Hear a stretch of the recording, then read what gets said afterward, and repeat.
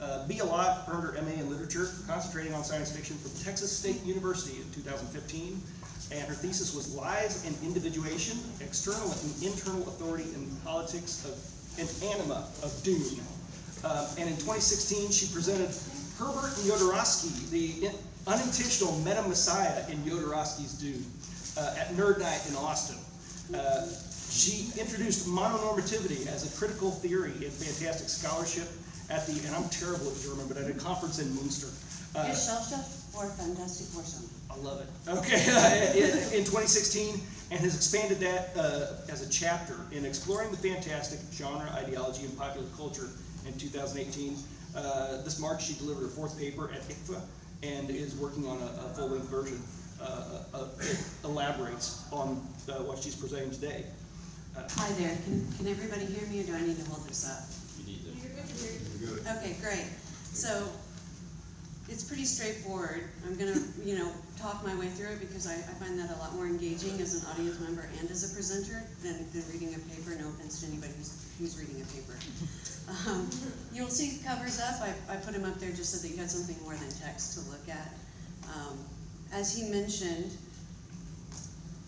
this is a continuation of my introduction of mononormativity in this text, which you can find. It's published out of Germany by Transcript Verlag, but is distributed in the U.S. by Columbia. So if you're interested in that, you can start. I'm going to build off of this chapter and this talk today to propose a full-length text that I have some interest in. So here's hoping, right? Just to dive right in, I was really interested in the interplay between Heinlein's fiction, his lifestyle choices, and the evolution of ethical non-monogamy as an alternative to traditional arrangements, if you will. If you have some questions about ethical non-monogamy, not sure what it is, I don't have a whole lot of time to dive into it, but there is an ethical non-monogamy panel today at 5. I'll be on that, so feel free to come if you would like some more information about ethical non-monogamy. In Patterson's biography, he discusses, Heinlein's marriages to Eleanor Curry, which was a companionate marriage. He wrote that this is possibly under the influence of Judge Lindsay's radical book, Companionate Marriage, or the subsequent film. And Patterson also noted that Judge Lindsay was the voice of the sexual revolution of the 1920s. I wasn't sure what a companionate marriage was, so I went and looked it up, and it's apparently a 1920s relationship style that was created to adapt marriage to a growing youth culture, women's independence and civil equality, and a more consumer-oriented middle class. This becomes important when you understand that ethical non-monogamy is currently touted as a feminist alternative to patriarchal monogamy. It allows more freedom, according to its proponents, it allows more freedom for various sexualities to engage in a fulfilling relationship without the emphasis being on exclusive sexual rights to each other. Following his companionate marriage to Eleanor Curry, he had an open marriage to Leslin, according to Patterson, and I believe him over anything else at this point. There's a big interplay between Heinlein and the growth of ethical non-monogamy as it's understood in the United States. And I think a lot of the interplay really began when he wrote Stranger in a Strange Land with its Church of All Worlds. And he, of course, references Inuit culture. He uses the word Eskimo, which is not so PC now. And he also references the Oneida community. Oh, so sorry. It's okay. Got it. And Job, A Comedy of Justice, which is relatively mononormative, that is, monogamy is the social norm. There is a brief satirical passage where he questions why sexual fidelity is necessary in a fulfilling relationship. And in For Us the Living, which of course was posthumously released, but written before most of his adult novels, and I'm just dealing with the adult novels today, he notes that there are a couple of conversations in there where they talk about various non-monogamies. I don't consider these ethical non-monogamies. Polygamy and polyandry are very one-sided, either for men or for women, and not egalitarian and therefore not ethical under the current understanding of ethical non-monogamy. Morning Glory and Oberon Zell Ravenheart really took Stranger in a Strange Land to heart and created the Church of All Worlds based off of the Church of All Worlds and Stranger in a Strange Land. They also coined the phrase or the term polyamory, regardless of root word confliction there. It means multiple loves. And then you can see in a lot of current discussions on ethical non-monogamy in the social sciences, in ethical non-monogamous communities, and in popular culture where they're talking about ethical non-monogamy, you can see some of the relationship styles that I'll be pointing out in his novels reflected in the way that people are currently living ethical non-monogamous relationships. I have them broken down into 3 basic groups. Oh, sorry, that's my bad. Line marriages, group marriages, and what I consider freer love. It's not free love in the sense that it doesn't involve adultery and other non-ethical ways of being non-monogamous.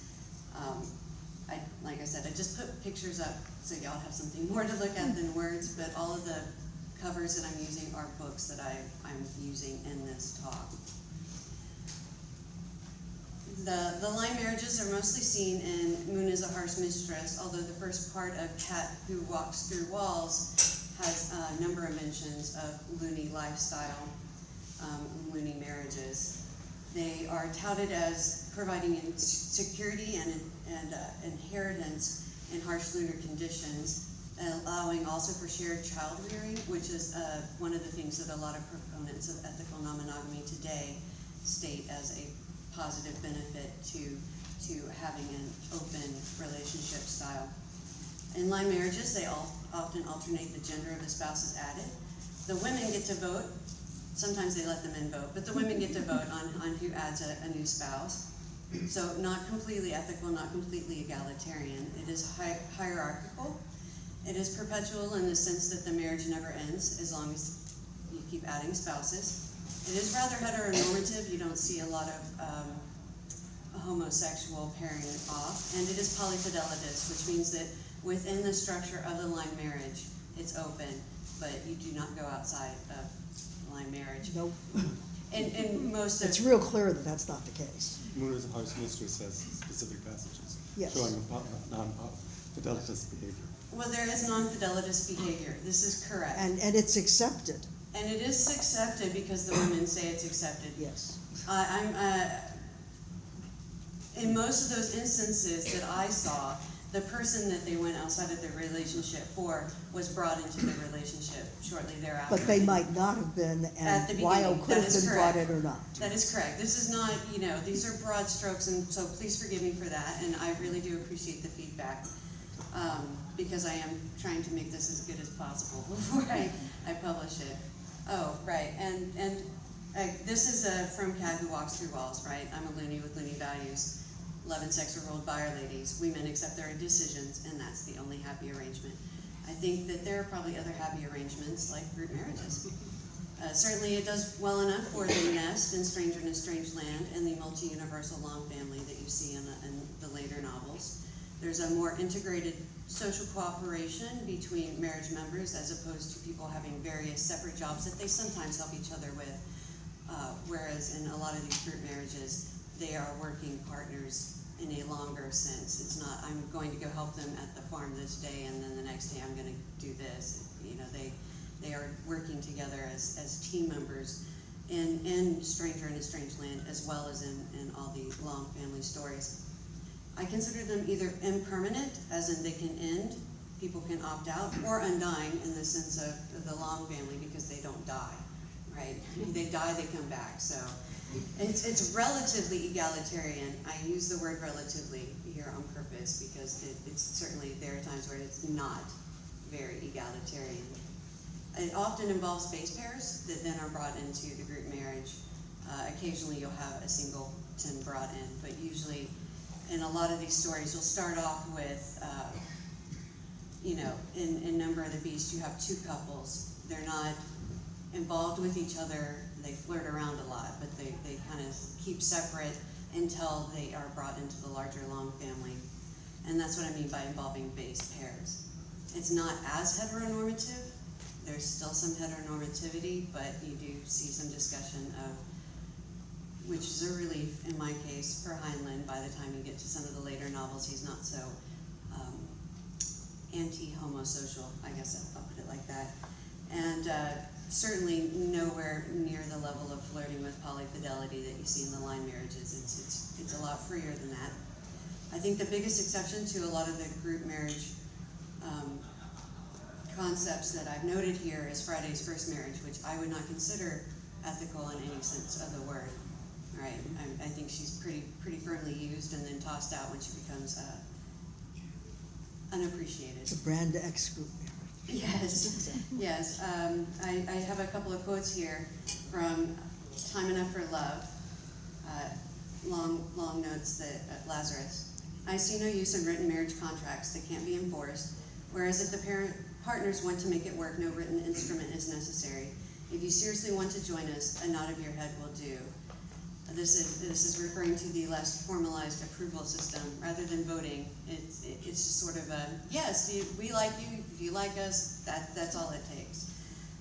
In Cat, Who Walks Through Walls, it is noted that a group marriage, again, this is by Lazarus Long, a group marriage such as our Long family combines the advantages of bachelorhood, monogamy, and polygamy with the drawbacks of none. I could argue that, but I'm not going to because this is not that long of a talk.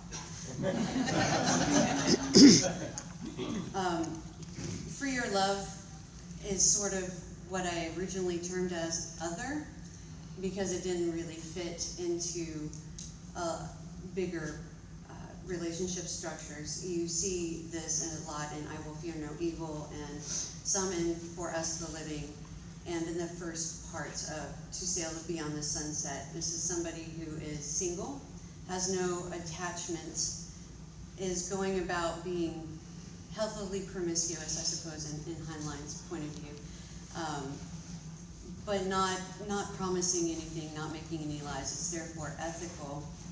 There's a variable duration of interaction. It could be for a night, it could be for a week, it could be longer. It's not at all formalized. There's no expectation or assumption of sexual exclusivity, and there's no permanency implied or stated. In most cases, there are, of course, exceptions.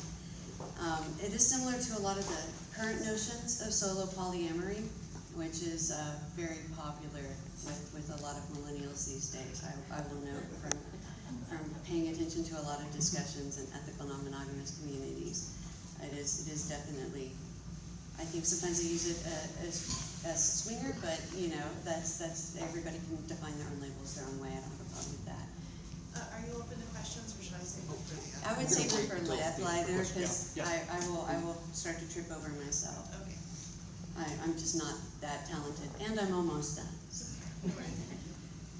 I wanted to close with Heinlein's own words on this matter. When questioned by Schulman in his 3-hour interview that you can find in printed form, Heinlein noted that to his mind, sex is so central an element in every human being and in the development of the human race. Human sexuality is so major a factor that any attempt to deal with the human race or with people which omits this factor cannot really be a mature treatment. The emphasis is his, not mine, or maybe Schulman's, but still not mine. I found this really interesting because a lot of people have issues with how much Heinlein deals with sex, and I felt it was important to put his justification out there.